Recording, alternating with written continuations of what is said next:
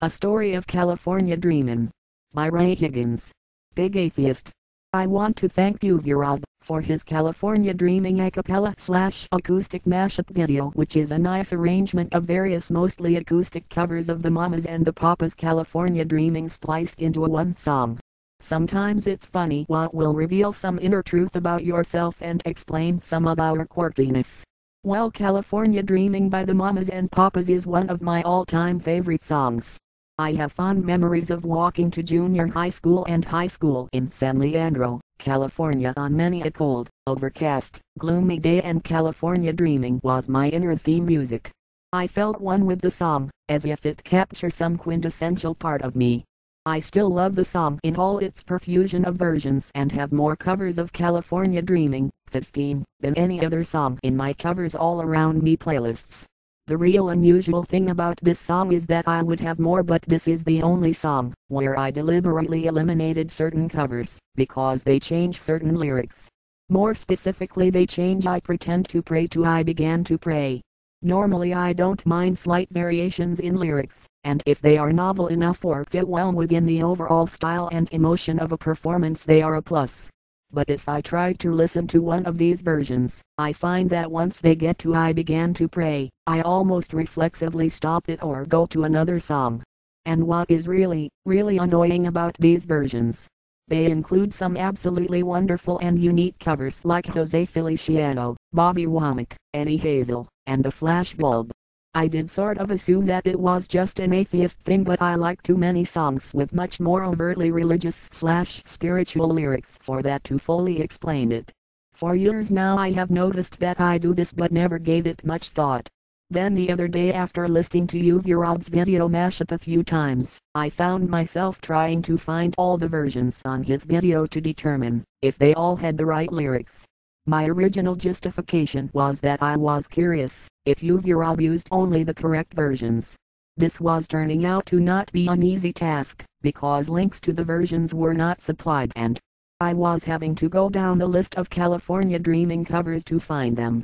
At some point, while searching through endless covers, I realized that my quest to determine if uvurob video used the correct lyrics was more than a curiosity, but actually would impact my opinion about the video, even though it did not violate my inner rule.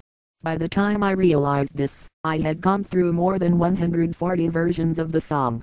So I asked myself, what was I doing, or more importantly, why was I doing it? To answer my question, I started trying to remember what was going through my head back in my youth, when I remember the song so vividly. All I can remember is the feeling of oneness with the song. Mind you, this was not a single event but happened periodically, when the weather was cold and overcast from 7th grade through most of high school, and at the time I blamed it mostly on the weather. What I now suspect is that the lyrics touched me much deeper than I ever knew. A little background. To my knowledge, I have never believed in God or any religious myths, even though I was raised a Roman Catholic. My disbelief was not due to any seen deficiencies or contradictions in the church's teachings, the influence of some person I admired, or some trauma that turned me away from it. I just never believed any of it was true. In fact, my earliest memory on the subject is that in 2nd grade I remember thinking God is like Superman, good but not real. I don't remember having any animosity towards the church, and participated in many of the church functions, to include periodic mass, Sunday school, and teen events. I did like many of the social functions, and the music in folk mass was cool.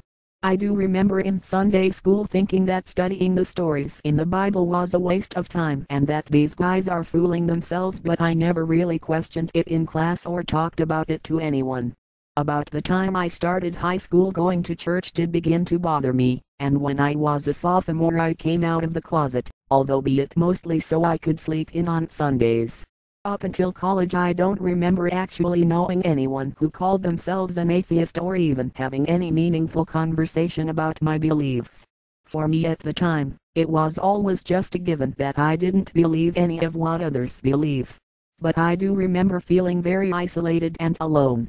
I can't say for sure, but based on my current behavior anomalies and my emotional state at the time, I suspect that the lyrics "I stopped into a church I passed along the way, I got down on my knees and I pretend to pray" had captured some aspect of my life in a very real way to me. I now wonder if through the song I realized that I was not alone in my pretending my way through life. Or maybe it was just that it gave me something to identify with myself. Regardless, I do feel that my inability to enjoy some versions of the song probably stems from that period in my life. So does my figuring out why I can't enjoy some versions of California Dreaming mean I will be able to now despite their incorrect lyrics? How about adding them to my playlist?